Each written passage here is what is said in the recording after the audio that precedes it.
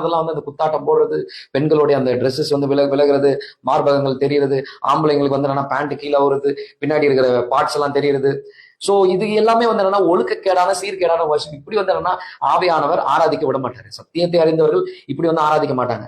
கை தட்டியோ ஒரு சின்ன ஒரு மூமெண்ட் கொடுத்தோ. சோ சில பேரோட ட்ரெடிஷன் எல்லாம் பார்க்கும்போது இந்த படுகான்னு சொல்லிட்டு டான்ஸ் தான் இருக்கு. அதுதான் இப்படிலாம் வந்து என்னென்னமோ வந்து ஆடுவாங்க.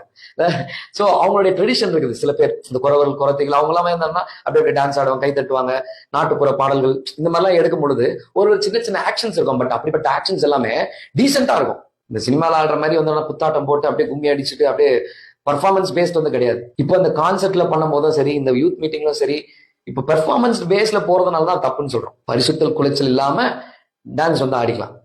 சோ அது ஆனா அந்த டான்ஸ்ன்ற பேர்ல இன்னும் எக்ஸ்ட்ரீம்ல போயிட்டு விசில் அடிக்கிறது அது தேவை கிடையாது. அதுக்கும் சில பாஸ்டர் சொல்றாங்க, அஜித்துக்கும் விஜய்க்கும் விசில் அடிச்சவங்க ஏசப்பா விசில் அடிக்கிறாங்க. அதுல என்ன தப்பு இருக்கு?